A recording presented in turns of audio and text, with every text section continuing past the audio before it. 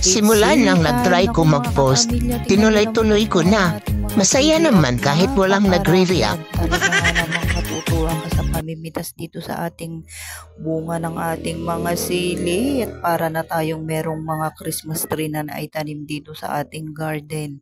At sobrang lalaki na nitong mga sili natin. Na tingnan nyo nga naman kahit na hindi natin medyo naalagaan itong ating sili dahil nga dito sa ating nararamdaman tingnan nyo naman at napakarami pa rin bungang ibinibigay sa atin ng ating mga sili. Kaya ito nga hina-harvest natin at ang daming bunga, napakalalaki at tingnan nyo healthy yung bunga ng ating mga sili. At ito naman tingnan nyo, nakakatuwang mamitas pagka ganitong napakaraming bunga nitong ating mga sili at kailan lang ito parang hindi natin mapapabunga dahil medyo malilim tong part na pinagtamnan natin. Pero ayan at naku, ngayon mga kapamilya, sobrang mahal ng mga ganitong gulay ngayon at ang bentahan dito sa lugar natin yung pinakamaliliit lang 3 piraso, 10. Kaya ganyan ang sili kamahal. Ewan ko lang sa mga ibang lugar pero talaga dito sa lugar natin napakamahal. Kaya yung mga naitanim natin katulad nung talong, sili, kamatis, yan yung mga mahal na gulay ngayon. At syempre yung iba pang mga gulay, kahit anong gulay yata ngayon sa panahon na ganito napakamahal. Kaya ito naku, napaka-thankful natin at may naitanim tayong mga ganitong gulay dahil syempre pagkakailangan natin meron tayo. At ito nga marami-rami na tong na-harvest natin at mukhang kukulangin yung dala nating basket dito sa ating pag-harvest ng ating sili. At ito nga marami-rami. At syempre may pagdadalan tayo dito dahil napakamahal ng sili ngayon.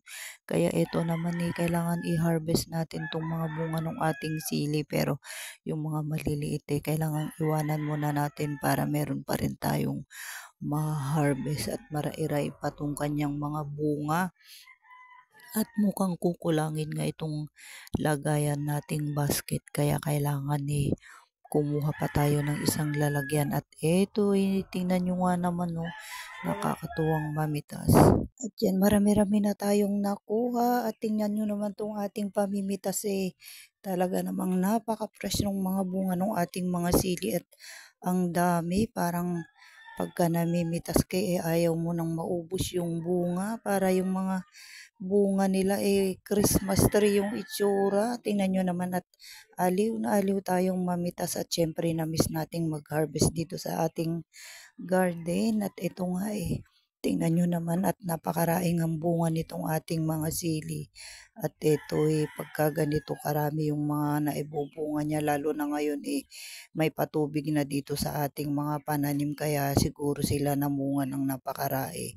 Kasi nung mga nakaraan medyo dry sila at wala tayong gaanong tubig dahil matagal na hindi nag-uulan. Kaya ngayon naman nagkaroon na ng patubig at syempre yung ating mga pananim magaganda yung kanilang naibunga at ang dami. Kaya ito tuwang-tuwa tayong mamitas at medyo marami-rami tong ating kinukuhang bunga ng ating mga sili. Kaya ayan at marai-rai na tong ating mga na-harvest at ito nga marami tayong makukuhang bunga ngayon. At syempre itong mga bunga na to napakamahal ngayon kaya ito sobrang mahal sa mga palengke. Kaya thankful tayo na mayroon tayong mga naitanim ng mga ganitong gulay, yung mga iba't ibang klaseng gulay. At kaya nga tayo nagtatanim para katulad nito napakamahal ngayon hindi na natin to binibili. At ito nga nakakatuwang mamitas dahil nga pagka ganitong may mga gulay tayo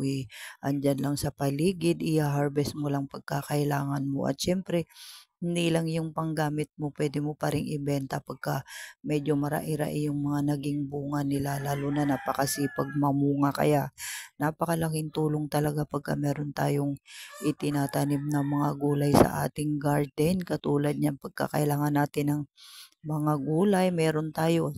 Syempre nag-harvest lang tayo dito sa ating garden at napakagaganda nung kanilang mga bunga.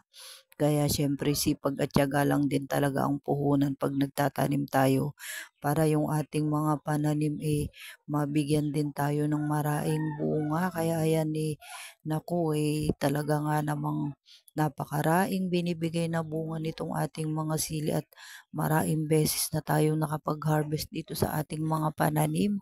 At ito hanggang ngayon napakarami pa rin yung ibinibigay na bunga nitong ating sili. At ayan nga napakalaking tulong nitong ating mga bunga ng pananim. Kaya maganda talaga pagka nagtatanim tayo. At syempre yung mga yan hindi na natin kailangang bilhin at andito lang sa ating garden. Kaya pagka tayo may time, nagtatanim-tanim tayo kahit sa mga timba o sa mga paso, kaya nakakapagtanim tayo. At syempre dito naman medyo maluwang yung taniman natin, kaya dito natin naitanim ito. At tingnan nyo naman ang lalaki ng bunga ng ating mga sili at nakakatuwa silang pitasin. Yung mga iba sobrang hahaba at sobrang tataba ng mga bunga nila. Kaya yun namang mga ibang medyo maliliit iwanan muna natin para may harvestin na naman tayo sa susunod. At ito mga kapamilya, napakabilis lang mag-harvest dito sa ating mga bunga ng ating mga sili dahil sobrang bilis nilang lumaki. Kaya tuwang-tuwa tayo pagka ganitong mga ilang araw lang meron na namang mga harvest na bunga ng ating mga sili. At ito nga marami-rami na tong ating na-harvest at puno na tong ating lalagyan. Kaya syempre isang lalagyan pa rin yung ating paglalagyan para mailagay natin at marami-rami nga itong hina-harvest natin.